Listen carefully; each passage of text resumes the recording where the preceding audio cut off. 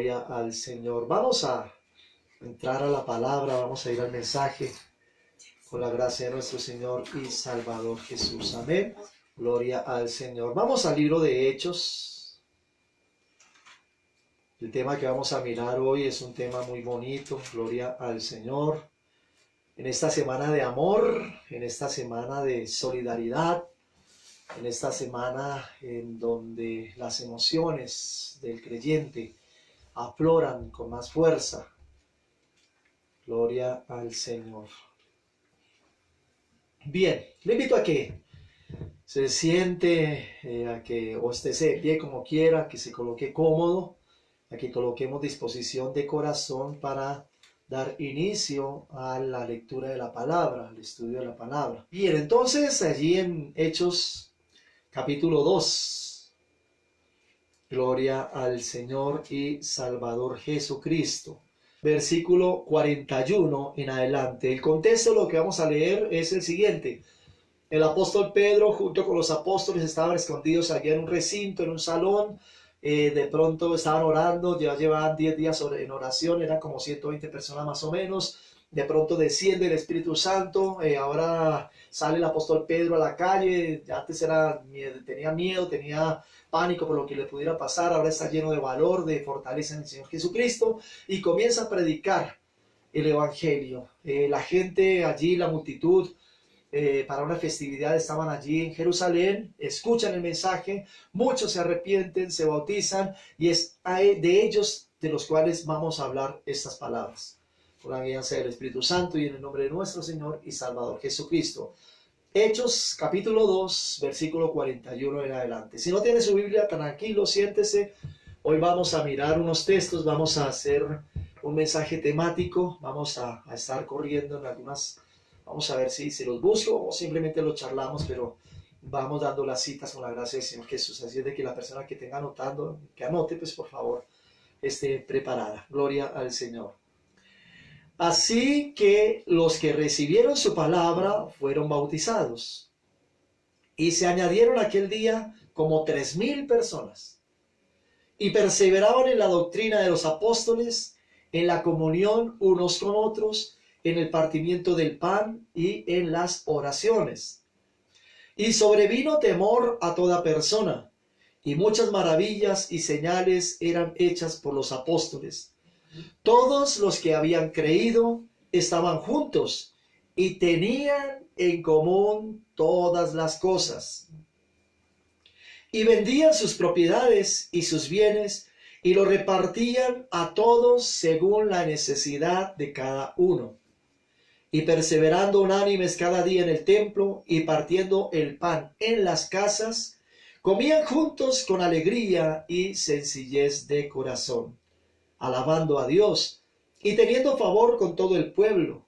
Y el Señor añadía cada día a la iglesia los que habían de ser salvos. Gloria al Señor Dios Todopoderoso. Gloria a Dios. Miren a la persona que tiene al lado, si usted está ahí acompañado, mírense entre sí. Y escoja una persona. Escoja una persona. ¿Ya la escogió? De una manera muy seria, muy seria. El ejercicio que quiero que hagamos con la gracia del Señor Jesús es muy serio. Coja a esa persona o mírela a esa persona, muy seriamente. Y dígale, hermano, el Señor te bendiga. Dígale así. Ahora, ¿cómo quiere usted que el Señor bendiga a esa persona? Porque le está diciendo el Señor te bendiga. No le diga más.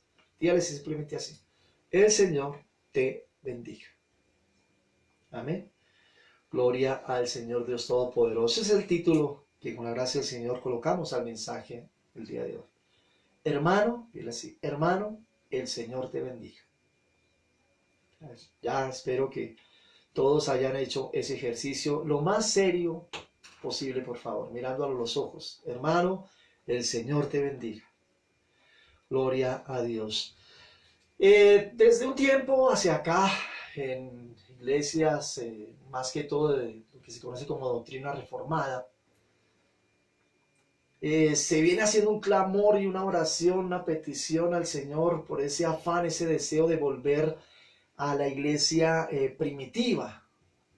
¿Qué es la iglesia primitiva? Es esa iglesia que encontramos nosotros en la palabra del Señor, cómo era su funcionamiento, cómo era que los hermanos actuaban, cómo vivían entre hermanos. Se ha venido haciendo esa oración y esa petición de volver, y ese anhelo en muchos corazones de volver a la iglesia primitiva. No todos hacen ese tipo de peticiones al Señor. Porque ha nacido en el corazón de muchas personas comenzar a clamar y a pedir por volver a los inicios de la iglesia, a la primera iglesia, cómo estaba conformada, cómo funcionaba. ¿Por qué? Porque vemos nosotros que hoy definitivamente la iglesia del Señor doctrinalmente está sufriendo una crisis tremenda.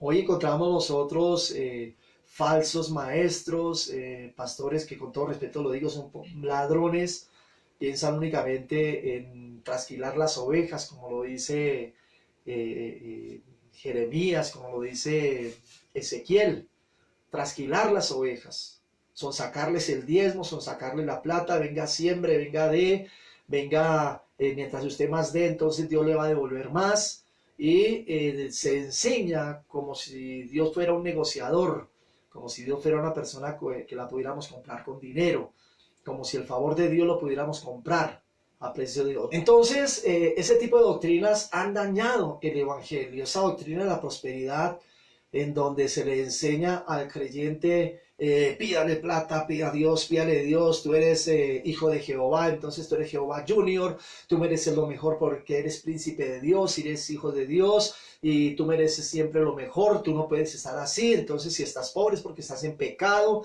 es porque hay algo raro en tu vida espiritual, algo que no está funcionando bien, y siempre esa doctrina o ese evangelio de la prosperidad, metiendo esa ideología, esa mentalidad en la persona de plata, plata, plata, plata, plata, a toda hora dinero, dinero, es lo que ha llevado a una decadencia espiritual en la iglesia del Señor.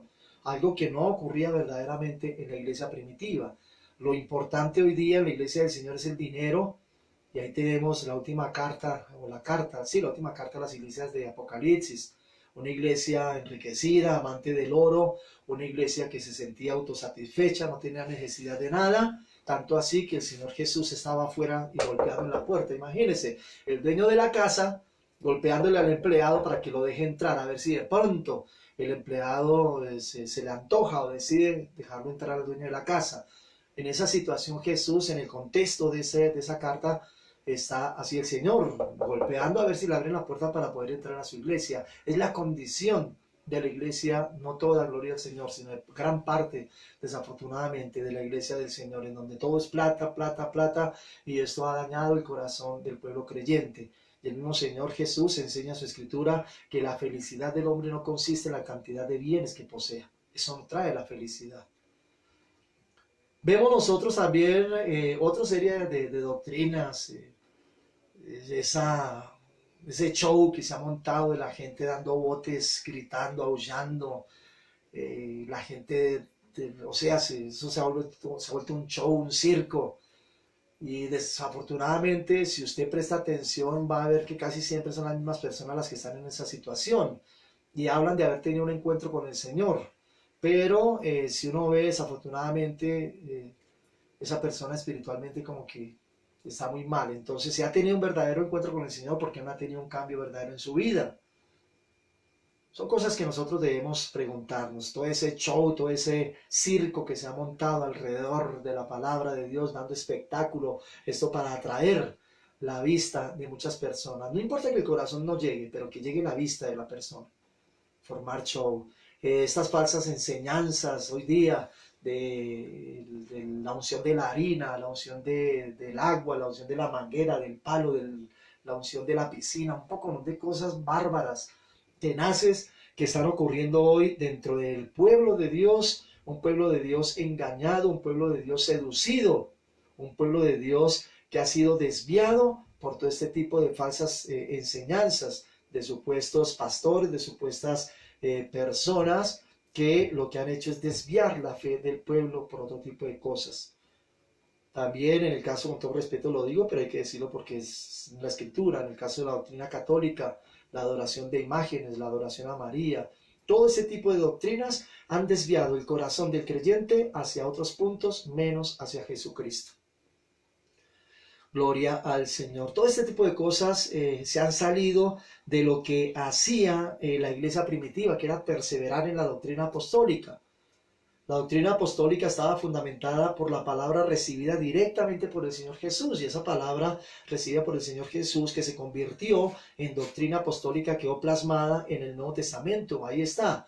Por lo tanto, no tenemos necesidad de recurrir a un catecismo, de recurrir a libros, no tenemos necesidad de recurrir a ningún otro tipo de cosas, porque esas reglas o esos fundamentos sobre los cuales debe estar fundada la iglesia del Señor ya están estipulados aquí en el Nuevo Testamento para la iglesia del Señor.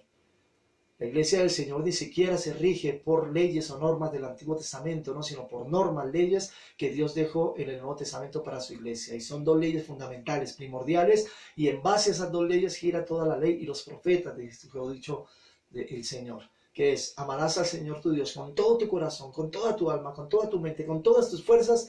Y el segundo, dijo el Señor, es similar al primero: amarás a tu prójimo como a ti mismo.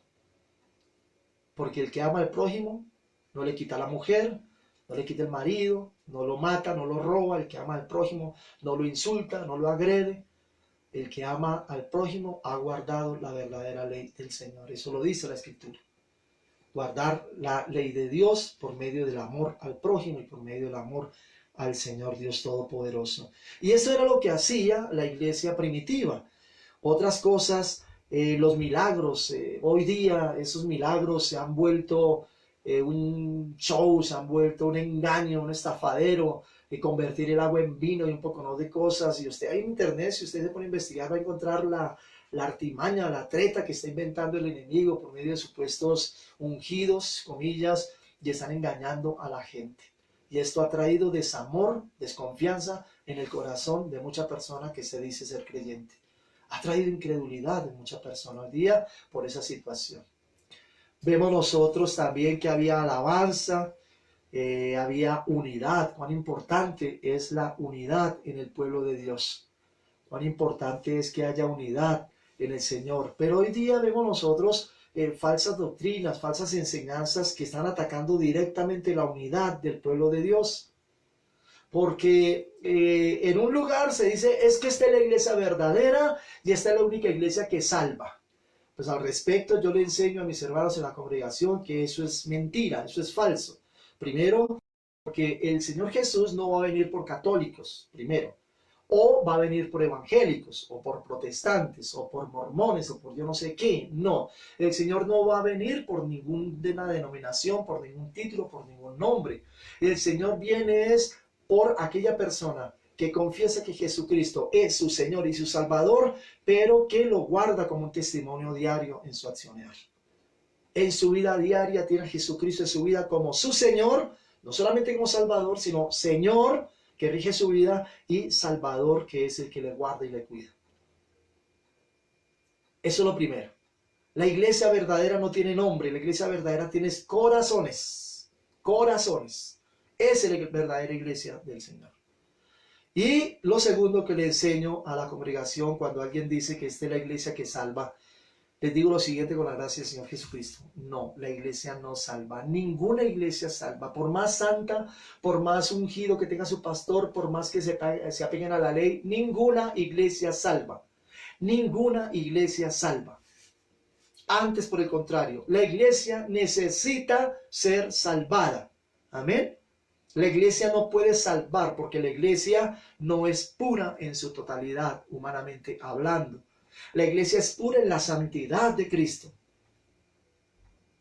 Pero la iglesia está regida aquí en la tierra, guiada por el Espíritu Santo, pero de una otra manera está regida por seres imperfectos de carne y hueso, como este servidor. Yo soy pecador. Y al ser pecador, no tengo la capacidad de salvar a nadie. Necesito antes pedir salvación al Señor. Por eso, si hay alguna persona que le diga a usted, amada persona, es que esta es la única iglesia que salva, pues le está mintiendo, es mentira del enemigo, es mentira de Satanás. ¿Por qué? Porque ninguna iglesia salva. La iglesia necesita ser salvada, que es muy distinto. Es muy diferente esto. Y vemos nosotros cómo se levantan como esas rencillas, esa enemistad entre hermanos en la fe. Ya parecemos partidos políticos.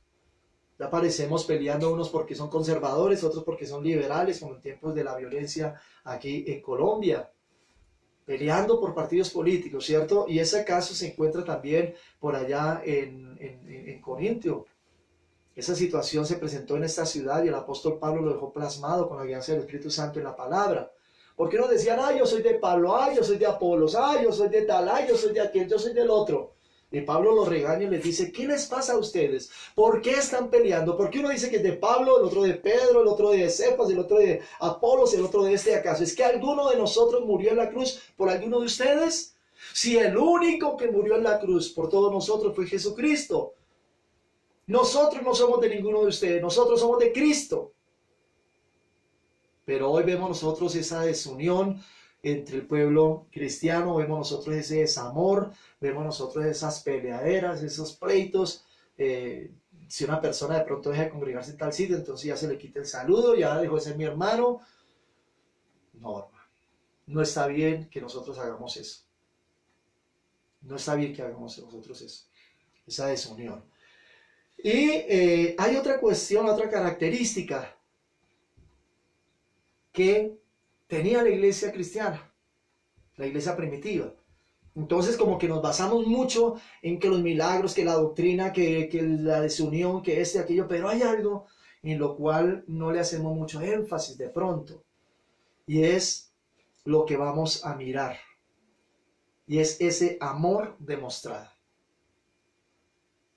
Porque vemos nosotros aquí en el texto que ellos perseveraban en la doctrina, había unidad, alabanza, pero ellos también tenían otra característica, y es que las cosas que ellos tenían, ellos reconocían, confesaban que eso no era de ellos, sino que estaba puesto al servicio de los hermanos de la congregación.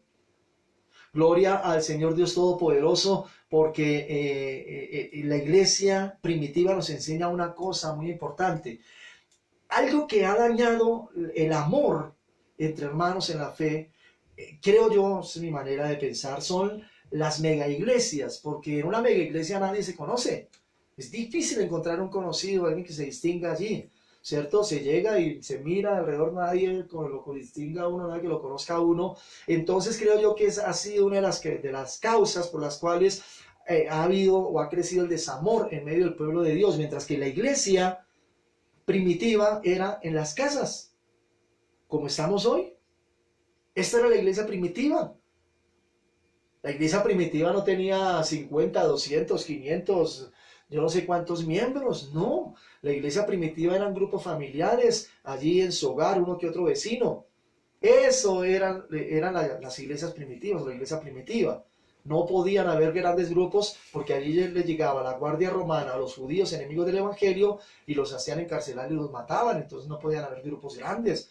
Esto era la iglesia primitiva. Esto que nosotros estamos viendo es el regreso a la verdadera iglesia del Señor, la iglesia primitiva, en donde usted se conoce con el vecino, en donde todos los de la cuadra lo distinguen a usted, en donde todos se enteran cuál es su necesidad, cuál es su problema, y corren a ayudarle, miran a ver qué pueden hacer por usted. Eso es eso fue los comienzos que hubo pues en la iglesia primitiva. Así comenzó la iglesia primitiva, la iglesia del Señor. Entonces, esto que estamos viviendo nosotros en este tiempo, pues no nos alarmemos. No nos alarmemos. ¿Quiénes se van a alarmar? Pues aquellos hombres que tienen estas mega iglesias, que tienen canales de televisión que sostener, aquellos hombres que tienen todas esas emisoras para sostener, aquellos hombres que a lo largo de los años han recaudado diezmos y diezmos y diezmos y ofrendas y están con cualquier cantidad de ceros en su cuenta bancaria y hoy no les entra un peso. No tienen cómo sostener esas megaconstrucciones. Y ellos tienen que pensarlo muy bien si esto sigue así. Porque si no hay entradas, pues van a tener que soportarlo directamente de su bolsillo. A no ser que, como hay más descarado que está exigiendo el diezmo todavía en esta circunstancia, en esta situación. Entonces, Mis amados hermanos, estamos en los tiempos de la iglesia primitiva, hemos vuelto atrás, pero hemos vuelto no un retroceso, sino, digo yo, hemos progresado. ¿Por qué? Porque la iglesia actual está muy desunida. La iglesia actual tiene mucho desamor. La iglesia actual no está fundamentada en la doctrina apostólica. La iglesia actual tiene ese problema de despreocupación por las cosas de Dios. Como allá no me conoce nadie, pues yo puedo hacer y deshacer en mi casa o en la calle, en la cuadra, donde sea, ¿cierto? Soy uno ahí en la iglesia. Yo le digo a mis hermanos que en la iglesia se nos caen las plumas que tenemos en nuestras salas de la santidad. Ojitos de éxtasis. Mañana no quebramos un plato. Pero afuera, cuando ya salimos al campo de batalla, allá sí hacemos y deshacemos. Somos otros, nos transformamos. Pero cuando estamos nosotros en grupos pequeños, en los hogares, con los vecinos, que ellos saben que yo soy cristiano, que ellos me han visto a mí en la iglesia, con la Biblia en la mano, cantando, alabando a Dios, ahí sí siento un poco de vergüenza y no puedo actuar como se me antoja. Ahí sí siento un poquito como de confrontación al respecto y no voy a hacer ya deshacer como se me antoja. No falta el descarado, el sinvergüenza que juegue a ser cristiano. Gloria al Señor Dios Todopoderoso. Mis amados hermanos, usted le ha dicho a esa persona o amada persona que nos escucha, usted le ha dicho a la otra persona, el hermano, el Señor te bendiga, o familiar o amigo, el Señor te bendiga. Pero ¿qué le quiso decir usted realmente con ese el Señor te bendiga? El Señor te bendiga. Yo quiero hacer énfasis con la gracia del Señor en la importancia de nosotros saber entender que ese verdadero o ese hermano, el Señor te bendiga, no pueden ser solamente palabras. Y la misma palabra de Dios lo dice, con acciones, no solamente bla, bla, bla. Del dicho al hecho hay mucho trecho. Dios demostró su amor para con nosotros, dice la Escritura, en que siendo nosotros pecadores, primero, pecadores, segundo, enemigos de Dios, estando nosotros apartados, alejados, separados de las promesas de Dios, a su debido tiempo, Dios, al debido tiempo de Dios, ni antes ni después, no, sino a su debido tiempo, el Padre envió a su Hijo aquí a la tierra a morir en una cruz por nosotros los pecadores. Y eso es lo que recordamos nosotros al comienzo de esta semana. El inicio de Pascua es la entrada triunfal de Cristo allí a Jerusalén, para que a los otros días estuvieran gritando, aquellos mismos que lo recibieron y lo vitorearon y lo alabaron, y, ay sí, bienvenido el que viene en el nombre del Señor y osana en el cielo y todas esas cosas que cantaban allí, esas mismas personas 3, 4 días después estaban gritando, mátenlo, crucifíquenlo, azótenlo. ¿Cuántos de ellos también estaban allí insultándole, dándole golpes? A su debido tiempo, ni fue antes ni fue después, sino en el momento justo, el Padre envió a su Hijo Jesucristo a morir por nosotros los pecadores. Y la Escritura enseña en las cartas de Juan en que Dios demostró su amor. Dios no solamente dice que nos ama, sino que Dios demuestra su amor para con nosotros. Entonces, cuando yo digo que amo, ese amor no solamente debe ser una palabra, sino que yo con mis actos, con mis acciones, debo demostrarle a esa persona a la cual estoy diciendo que lo amo, mi amor. Porque Dios me enseña a mí eso. Dios dice que me ama a mí, pero a ver, demuéstrame, Dios, que me amas. Demuéstrame que me amas para yo creerte que te amo, que me amas. Para yo poder creer lo que tú me estás diciendo, Señor, yo le diría a Dios. ¿Y cuál sería la respuesta de Dios? Mi Hijo en la cruz. Esa es la demostración más grande de amor que haya podido hacer alguien. Y es la demostración más grande de amor que incluso hizo el mismo Dios Todopoderoso. ¿Qué más grande que eso puede hacer Dios para demostrar que nos ama?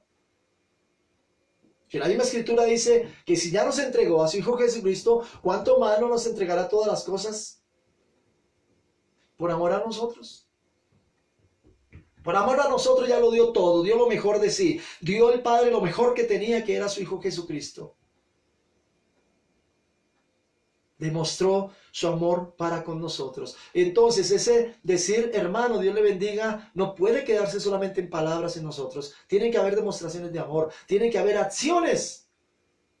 No solamente, hermano, te amo en el amor de Cristo. Pues demuéstrale a tu hermano que lo amas en el amor de Cristo, porque Dios te dijo a ti, te amo, y te demostró que lo amabas por medio de la crucifixión de Cristo.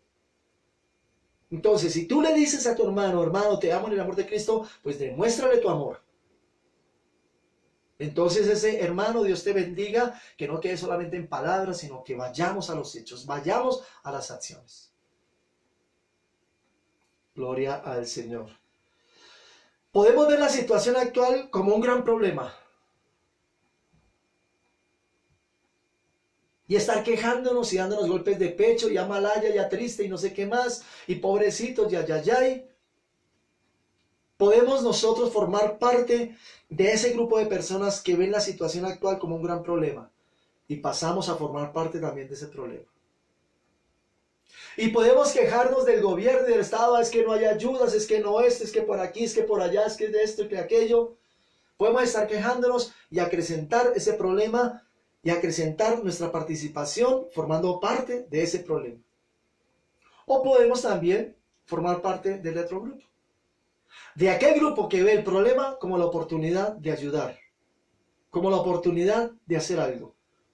Aquel grupo de creyentes que ve este problema como la oportunidad de demostrar su cristianismo, como la oportunidad de demostrar su amor por el prójimo. Ahí están los dos grupos. O formo parte del problema o formo parte de la solución. En el Antiguo Testamento vemos nosotros que hubo hambre en Israel. Hay varios pasajes y quiero recordar específicamente no hacia el pueblo, sino específicamente hacia unas personas. En el caso de Elías. Elías tuvo hambre y el Señor le dijo, ve al arroyo de Querit, te vas a quedar allá y yo enviaré cuervos que te alimenten. Y efectivamente la palabra dice que mañana y tarde el Señor enviaba cuervos con pan y con trozos de carne para alimentar a Elías. Elías va anímicamente, espiritualmente está decaído y se recuesta allí debajo de un enebro, un árbol, allí se recuesta a dormir cansado y pidiendo a Dios que ya no puede más, que ya no quiere seguir. Y allí el ángel de Jehová se le aparece a Elías y le da comida. En 2 ocasiones ocurre así en el mismo sitio. Vemos nosotros cómo en medio de la necesidad Dios proveyó para Elías. Usó recursos diferentes. Cuervos en la primera ocasión, un ángel en la segunda. Pero hay otra tercera ocasión en la cual Elías también tiene hambre. Y entonces ahora el Señor usó una viuda, una persona. Y le dijo a Elías, ve a Sarepta, ve a la viuda de tal sitio, porque yo ya he dado orden a esa mujer que de comer. Entonces vemos nosotros como Elías en medio del hambre en 3 ocasiones vio el respaldo del Señor de 3 formas diferentes. Vemos nosotros también en el caso de Eliseo y en el sitio de Samaria. Allí en el sitio de Samaria ocurre algo tremendo, y es que el ejército sirio, Ben-Hadad, el rey sirio, ha ordenado a sus tropas a rodear a Samaria, la capital de Israel del norte, y allí no podía entrar ni salir nadie. Se acabó el alimento, se acabó el agua, se acabó todo, no había que comer, no había oportunidad de hacer algo. ¿Por qué? Porque estaban encerrados, al igual que de pronto estamos nosotros hoy día. Estaban allí encerrados, pero la situación de ellos ya era más trágica, ya había pasado más tiempo y no había que comer. Dice la Escritura entonces que 2 familias, 2 mujeres de 2 familias se pusieron de acuerdo. ¿Y cuál fue el acuerdo? El acuerdo fue, matamos hoy mi hijo, lo preparamos, nos lo comemos, nos alimentamos, y mañana matamos el tuyo. Lo preparamos y nos alimentamos, porque ya no hay más que hacer. Y efectivamente la primera mujer lo hizo, y la segunda mujer ya sintió como remordimiento de conciencia y ya no lo quiso hacer con su hijo. Y lo que quiero hacer énfasis es que en medio del hambre se pueden cometer locuras. En medio del hambre la persona puede buscar soluciones. Elías buscó la solución en Dios y vio el respaldo de Dios. Pero esas personas llegaron a una situación que el Señor ya les había profetizado en Deuteronomio capítulo 28. Consecuencias de la obediencia, consecuencias de la desobediencia, bendiciones de la obediencia, maldiciones de la desobediencia. Y el Señor le dijo a Israel, si no me obedeces, esta maldición llegará sobre tu pueblo. Llegarán a cocer, a cocinar el fruto de su propio vientre. Y eso fue lo que pasó. En 2 ocasiones ocurrió esto en Israel. Consecuencia del pecado. Pero en medio del hambre, en medio de esa situación, las personas, muchos no buscan a Dios, o en medio de su desespero ven que la puerta está cerrada y no hayan qué hacer y buscan soluciones. ¿Qué soluciones quieren ustedes, amadas personas que me escuchan? Puede buscar una persona en medio del hambre. Quizás usted en algún momento de su vida tuvo que pasar hambre, no lo sé. Quizás en algún momento de su vida en su hogar no hubo el alimento suficiente, tuvo que estar encerrado aguantando hambre, no lo sé. Tuvo que de pronto salir a la calle a mirar a ver qué conseguía. Y no sé si de pronto, pues no sé qué cosas haya pensado usted en medio de esa situación. ¿Qué cosas puede pensar una persona en medio de la escasez, cuando no hay hambre, cuando de pronto hay unos niños llorando de hambre, hay una mujer diciéndole no tenemos que comer, no tenemos leche, el bebé? ¿Qué haría usted? ¿O qué cree que haría de pronto un padre de familia hallándose en esas circunstancias? Cuando voltea a mirar a la alacena y ve que la alacena está vacía, no hay pan sobre la mesa, pero sí hay unas criaturas llorándole de hambre. ¿Qué cree usted que haría o estaría dispuesto a hacer esa persona? Casos se han visto. Esa persona que de pronto no mataba ni una mosca, esa de pronto esa persona la cual decimos, no, pero si esa persona nunca le hace mal a nadie, de pronto toma la decisión de coger un cuchillo, salir a la calle y mirar a ver qué puede conseguir. Se convierte en asesino, en ladrón, y en cambio de solucionar el problema, lo que hace es que acrecentar. O esa persona de pronto puede pensar en el suicidio. Puede pensar en acabar primero con su familia y después con él.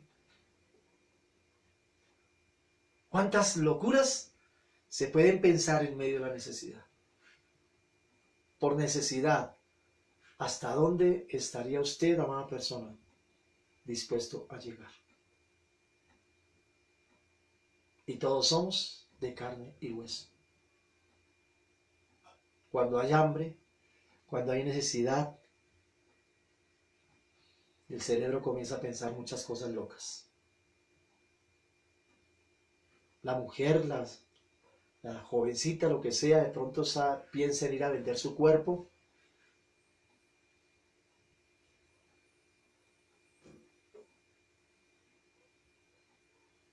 En medio del desespero se cometen locuras. Y nosotros podemos ser parte del problema o podemos ser parte de la solución. Y en nosotros está usted, yo, que nos decimos cristianos y que amamos al prójimo.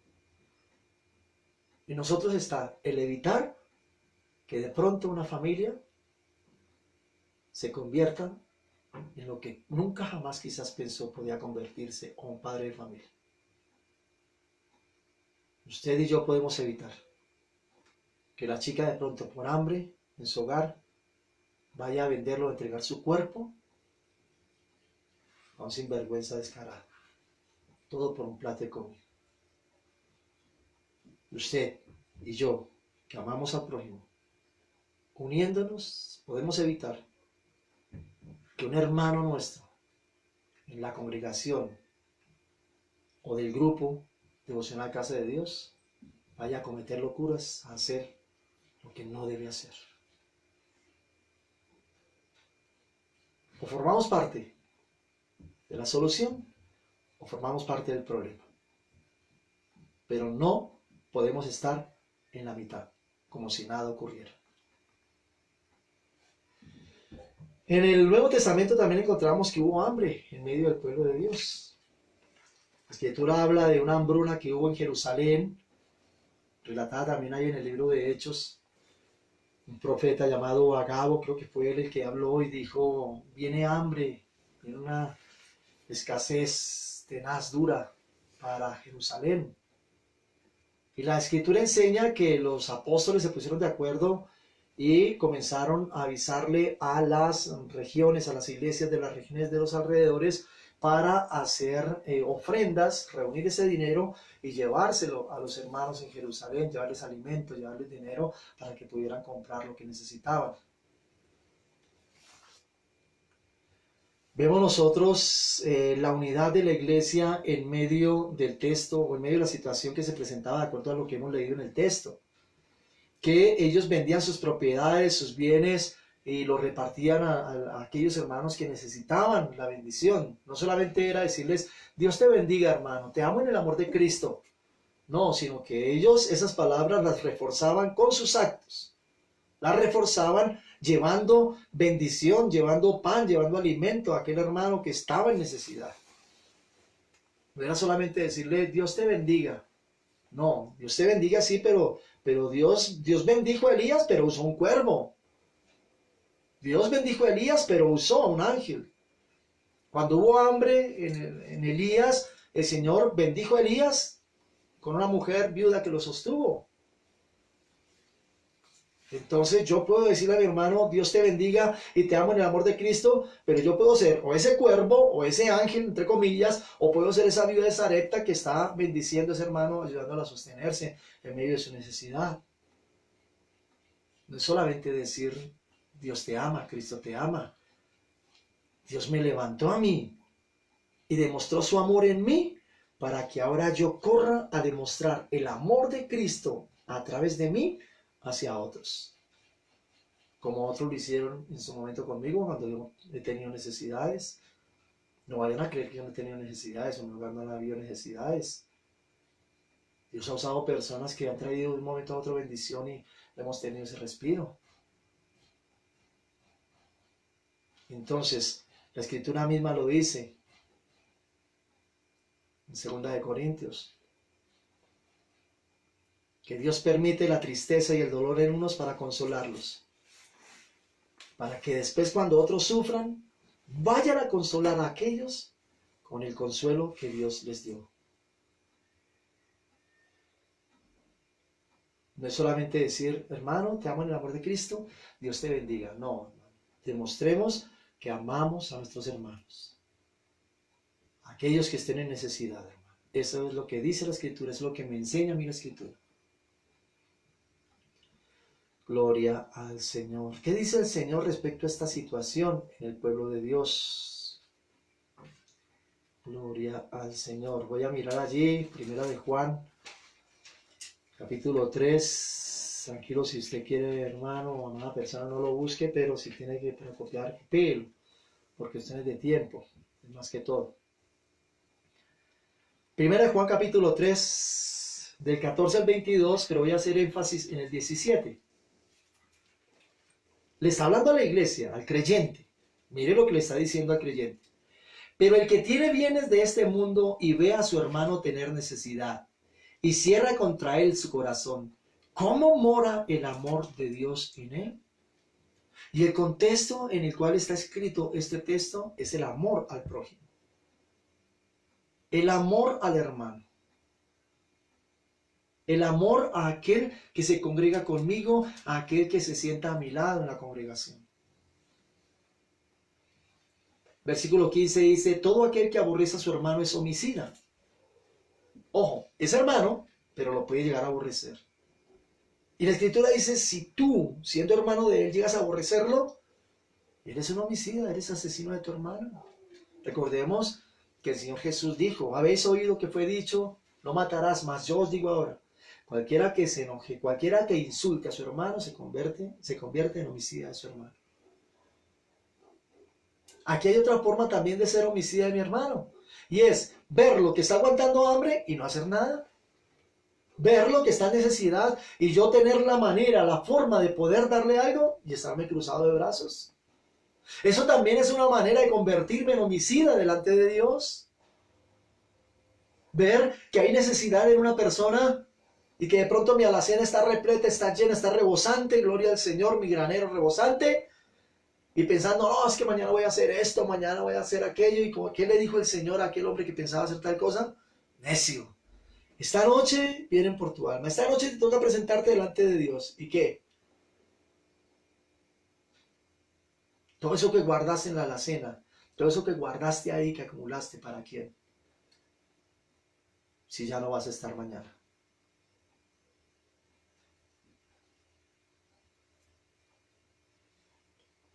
Gloria al Señor. Si yo veo a mi hermano en necesidad, si yo veo a alguien en necesidad,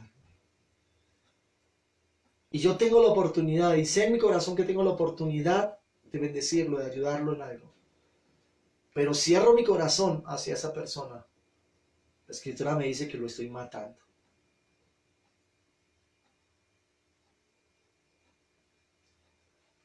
Primera de Juan, capítulo 4, versículo 20. Si alguno dice, yo amo a Dios y aborrece a su hermano, es mentiroso. Pues el que no ama a su hermano, a quien ha visto, ¿cómo puede amar a Dios a quien no ha visto? Amada persona, ¿usted ama a Dios? Usted es de los que dice, sí, yo amo a Dios, sí, yo te amo Dios, sí, yo te amo Señor. Cuando adoramos, cuando cantamos las alabanzas al Señor, ¿qué le decimos a Él? ¿Por qué lo hacemos? Porque le amamos, ¿cierto? Entonces, si yo digo que amo a Dios al que no veo, pero sí veo que mi hermano tiene hambre y lo ignoro, pero sí veo que mi hermano tiene necesidad y no le presto atención, soy un mentiroso, dice la Escritura. Además de ser homicida, ahora soy también ¿qué? Un mentiroso.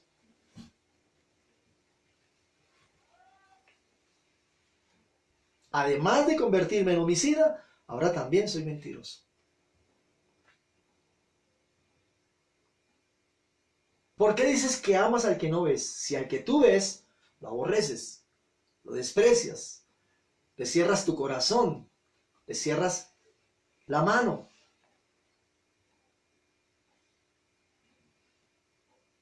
Ama al que no ves. Perdón, ama al que ves. Ama a tu hermano. ¿Acuerdo? Aquel hermano que está en necesidad. Aquel que tiene problemas. Aquel que tiene dificultades. Ve, ámalo a él. Cuando tú ames a tu prójimo. Cuando tú le des alimento al hambriento. Cuando le des de beber al sediento. Estarás demostrando que amas al que no ves. Que amas a Dios. Dios demostró su amor para con nosotros, llevando a su Hijo aún hasta la misma muerte y muerte de cruz, como dice la Escritura. Ahora, ¿qué nos dice Dios por medio de la Escritura? ¿Tú me amas? Demuéstrame que me amas. Ay, sí, Señor, yo por ti haría todo. Ay, Señor, quiero que me uses.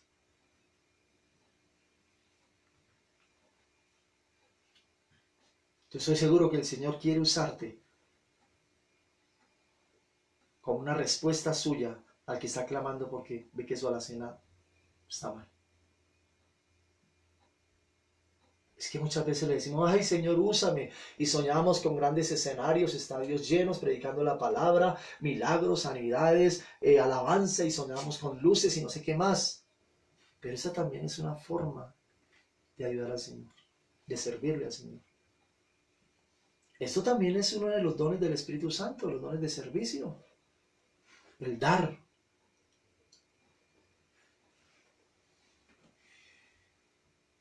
Ese también es uno de los dones del Espíritu Santo. La liberalidad para bendecir a otros. Romanos 12. Santo es Dios. Primera de Timoteo, capítulo 5.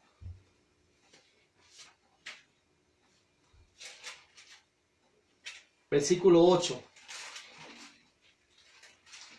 Alabado sea el Señor. Porque si alguno no provee para los suyos y mayormente para los de su casa, mire, primero, ha negado la fe y segundo, es peor que un incrédulo.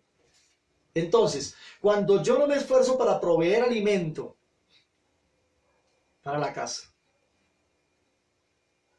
cuando yo tengo la manera de bendecir mi hogar, de bendecir a los míos, de bendecir también a los hermanos en la fe, y no lo hago, la Escritura me dice que estoy negando la fe. ¿Por qué estaré negando la fe? Lo que enseña Santiago. Lo que enseña Santiago. ¿Qué dice Santiago al respecto de la fe? Tú me dices que tienes fe. Tú me dices que tienes fe. Muéstrame tus obras y te diré cuánta es tu fe. La fe no es solamente decir, ay, sí, yo sé que va a venir, así no lo tenga, pero va a venir. No, la fe también son obras por el prójimo.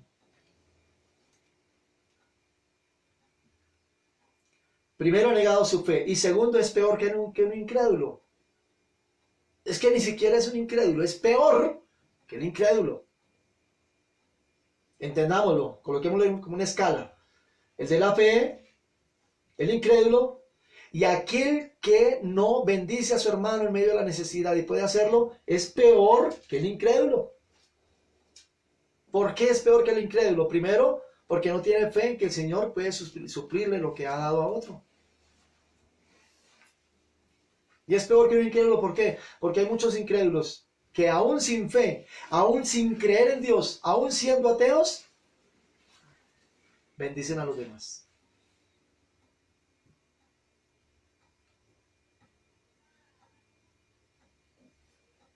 ¿Quieres ser usado por Dios? Es la oportunidad, mi amado hermano, amada persona que me escuchas. Dios quiere usarte, pero no quizás en la forma, en la manera en que tú creías. Dios quiere usarte hoy. Gloria al Señor. El Señor nos da un consejo espiritual de amor en su palabra. Y es que no hagamos acepción de personas. No hagamos acepción de personas. ¿Habéis oído que fue dicho ojo por ojo, diente por diente? Amarás a tu hermano, odiarás a quién? A tu enemigo. Mas yo os digo ahora, dijo el Señor Jesús. Eso era antigua ley. Mas yo os digo ahora. Amarás a tu enemigo como a ti mismo. Porque qué gracia, dice el Señor. ¿Qué gracia tiene el que ames a los que te aman? ¿Acaso eso no lo hacen los gentiles? Ellos hacen eso. Ellos aman a los que los aman. Ama a tu enemigo. Al que te ha hecho sufrir, al que te ha hecho llorar, ámalo, ámalo. Y así estarás demostrando verdaderamente el amor de Dios en ti. Gloria al Señor. Romanos 12:20 dice, si tu enemigo tuviere hambre, cógelo a golpes, insúltalo, maldícelo, dile vulgaridades. No. Romanos 20 dice, si tu enemigo tuviere hambre, tú, ve, dale de comer. Y si tuviere sed, tú, creyente, cristiano, hijo de Dios, tú, ve, dale de beber. ¿Cuánto más no hemos de hacerlo con nuestros hermanos? No hacer acepción de personas.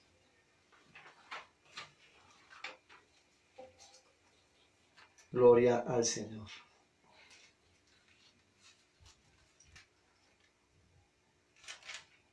Hay una enseñanza que me da a mí la palabra, gloria al Señor, en la resurrección de Lázaro. Lázaro ha muerto, el Señor Jesús se presenta allí, dice, Lázaro, levántate. Lázaro sale de la tumba. Pero antes de salir de la tumba, allí hay una interacción del Señor con las personas que estaban allí lamentándose junto a la tumba de Lázaro. Primero Él le dice a las personas allí, les dice, quiten la piedra. Una piedra que era como una puerta que estaba tapando la entrada a la tumba. Los hombres se esfuerzan, quitan la piedra. Y el Señor Jesús dice, Lázaro, levántate y sal fuera. Lázaro resucita y como puede, sale a la puerta. Y el Señor le dice a los que estaban allí, quítenle las vendas, desátenlo. Y estos hombres lo hicieron. La pregunta es, ¿qué era más difícil? ¿Resucitar a Lázaro? ¿Correr la piedra? ¿O quitarle las vendas, las ataduras a Lázaro? ¿Qué era más difícil? ¿Y qué era más fácil? Jesús hizo lo más difícil, que fue resucitar, comillas, lo más difícil, que fue resucitar a Lázaro. ¿Será que él con ese poder no podía decir, piedra, quítate? Vendas, suéltense, dejen libres a Lázaro. ¿Será que el Señor no había podido hacer eso? Claro que sí, todopoderoso Él es Dios. Podía haberlo hecho, pero no lo hizo. ¿Saben por qué, creo yo? Porque las cosas imposibles para mí las va a hacer Él. Pero las cosas que son posibles para mí, que yo las puedo hacer, me corresponde a mí hacerlas. Cuando Elías tuvo hambre y no había ninguna persona quizás allí para ayudarlo, el Señor envió cuervos. Cuando Elías estaba en el desierto, cansado, ya fatigado, que no podía seguir más, no había quizás más personas allí para alimentarlo, el Señor envió un ángel. Pero cuando Elías iba hacia la ciudad de Sarepta, allí sí había quien lo alimentara. Entonces el Señor allá no envió cuervos ni envió ángeles, pero usó una persona para darle alimento a su hijo, a Elías, al profeta Elías. Esto me enseña a mí también, con la gracia del Señor, que las cosas que yo no puedo hacer porque son imposibles para mí, Dios las va a hacer por mí. Pero aquellas cosas en las cuales yo puedo colaborar, aquellas cosas en las cuales yo puedo hacerlas, puedo obrar, me corresponde hacerlas y debo hacerlas. Yo creo que Dios puede multiplicar el alimento en cualquier alacena, puede hacerlo, Él es Dios. Pero si nosotros estamos cerca, yo creo que Dios nos va a usar a nosotros, ya sea como cuervos, comillas, ángeles, para llenar la alacena de esa persona que está aguantando hambre, aunque quizá ya está viendo difícil su situación. Dios hace su parte y Él no va a hacer la parte que nos corresponde a nosotros como hermanos en la fe. Gloria al Señor. En Mateo 25, Santiago capítulo 2, hay una enseñanza tremenda, y hablando del quebrantamiento de la ley, la misma escritura en Romanos, que más que todo trabaja este tema, nos enseña que por ley todos nosotros estamos muertos. Por ley todos nosotros somos pecadores y lo que merecemos es la condenación, el infierno. Gloria al Señor Jesucristo por su sacrificio en la cruz, porque ahora Él nos garantiza, por la fe en Él, en su gracia, en su santidad, Él nos garantiza a nosotros la salvación. Gloria a Dios. Pero Santiago nos dice algo tremendo, y es que juicio sin misericordia se hará sobre aquel que no tuvo misericordia. Ojo, juicio sin misericordia se hará con aquel que no hiciere misericordia. Y a continuación dice algo para que no lo olvidemos. Y la misericordia triunfa sobre el juicio. Todos nosotros vamos a ir a un juicio. Todos nosotros un día tenemos que presentarnos delante de Dios. Y allí van a salir un poco de cosas. Somos perdonados y gloria a Dios, tenemos vida en Cristo Jesús. Alabado sea su santo nombre.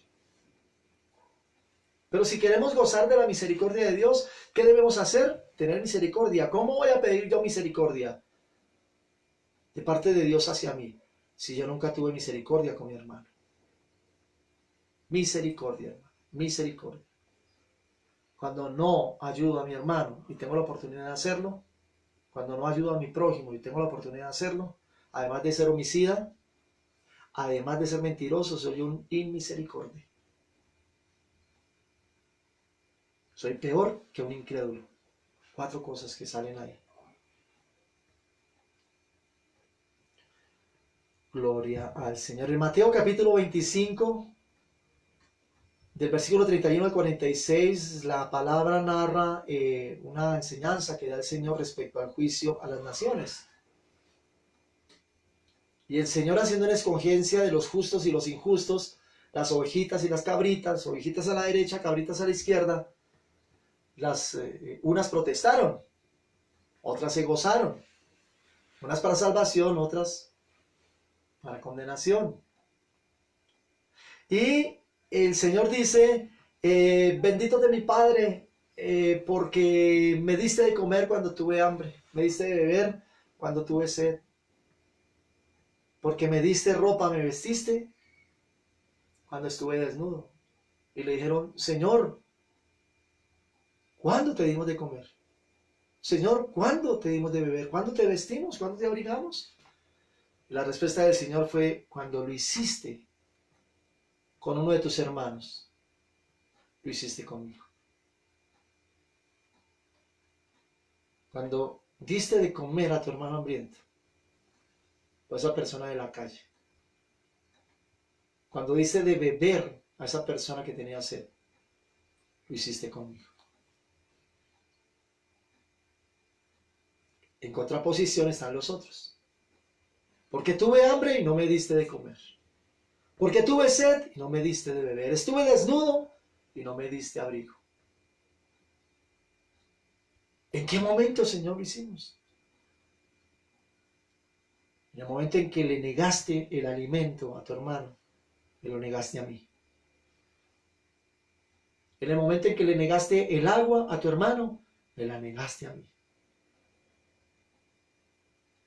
Lo que nosotros le hagamos a nuestro hermano, lo que nosotros le hagamos a nuestro prójimo, se lo estamos haciendo al mismísimo Señor Jesucristo.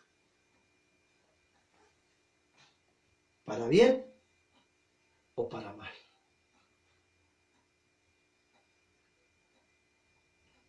Gloria al Señor.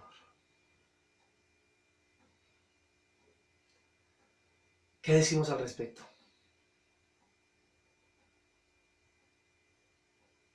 Mentalizarnos para ayudar.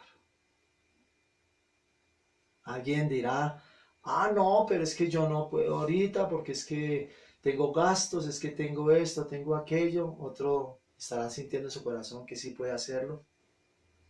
Gloria al Señor Jesucristo. Quiero ir a Génesis capítulo 45, un versículo que a mí siempre me ha impactado desde que lo conozco, desde que lo leí ese versículo.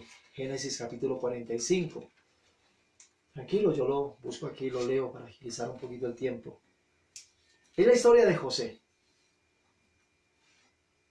José, desde los 17 años, a raíz de ciertos desacuerdos, desavenencias con sus hermanos, le cogieron como el fastidio, el odio. José es metido a la cisterna, lo iban a matar, terminan vendiéndolo a unos mercaderes que pasaban, sus propios hermanos. A los 17 años, José es expulsado, es vendido como esclavo por sus propios hermanos. José va a trabajar en una casa, esta mujer, la esposa de un hombre llamado Potifar, quiere seducirlo, él no se deja, entonces la mujer inventa cosas y él va, lo envían a la cárcel, pasa allí unos años, otros hombres, un panadero y un copero tienen sueños, José con la gracia del Señor les interpreta los sueños, pasan otros 2 años, Josué es liberado porque va a interpretar el sueño de Faraón, le interpreta el sueño a Faraón y es el sueño de los 7 años de vacas gordas y 7 años de vacas flacas, o 7 años de espigas robustas y 7 años de espigas secas. Le da con la gracia del Señor la interpretación a Faraón y Faraón entonces lo coloca al mando de todo Egipto. Era un imperio, estaba al mando de todas las naciones también de alrededor de Egipto. Entonces termina José siendo de ser un esclavo odiado, despreciado por su familia, por sus hermanos, termina siendo gobernador de Egipto y termina administrando todas las riquezas del reino y todo lo que tenía que ver con la comida. Hay una sequía, comienza después de los 7 años de abundancia, comenzaron los años de escasez. 2 años han pasado cuando se presenta la situación de que sus hermanos tienen hambre allí en la región de Canaán donde estaban. y van mejor a Egipto a buscar alimento porque se habían enterado que allí había comida suficiente. Llevaron dinero, compraron comida y allí se encuentran con José y comienzan a interactuar ellos otra vez después de tantos años. Han pasado alrededor de 20 y algo de años más o menos, han pasado ya. Se encuentran allí entonces los hermanos. José tiene rabia, tiene todavía dolor, tristeza en su corazón por lo que había pasado, se entera de otras cosas, por lo que le han hecho sus hermanos, se entera de ciertas cosas de su padre, de otro hermano que había nacido, hermano menor de él, hijo de su misma señora madre. Y entonces el corazón de José, un corazón noble, que a pesar de todo lo que le ha pasado, nunca guardó odio en su corazón. En el versículo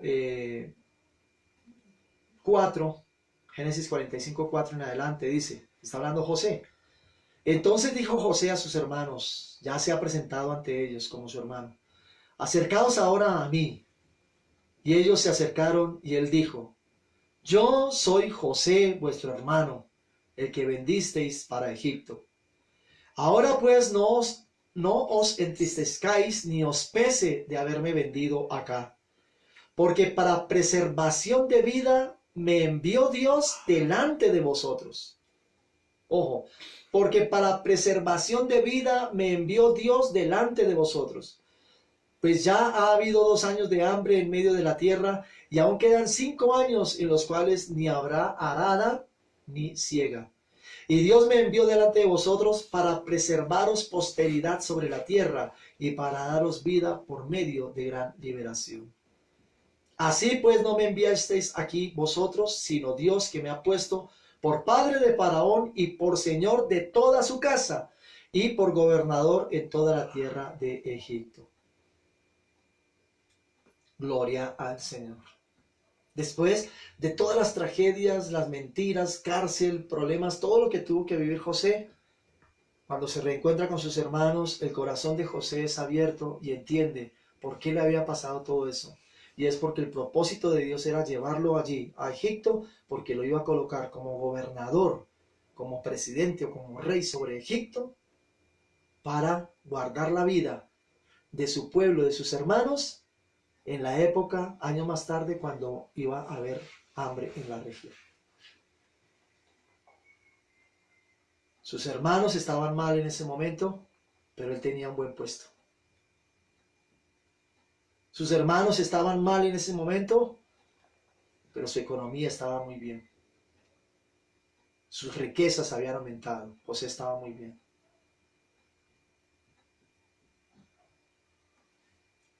Sus hermanos estaban padeciendo en ese momento. Y José reconoció en su corazón que lo que él tenía en ese momento, el puesto, la posición, la economía que tenía él en ese momento, Dios se la había dado. Porque Dios sabía que años más tarde iba a haber hambre en su familia, en sus hermanos. Y que José era el que ahora los iba a bendecir ayudándoles.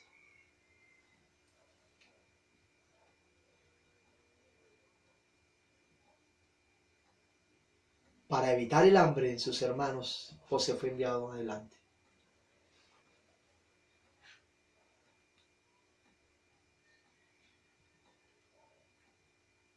Tal vez hoy tienes un buen puesto, una buena economía, no sé, Dios te ha bendecido, no lo sé. Tal vez hoy puedes bendecir a algún hermano que está en necesidad. No cierres tu corazón, no cierres tu mano.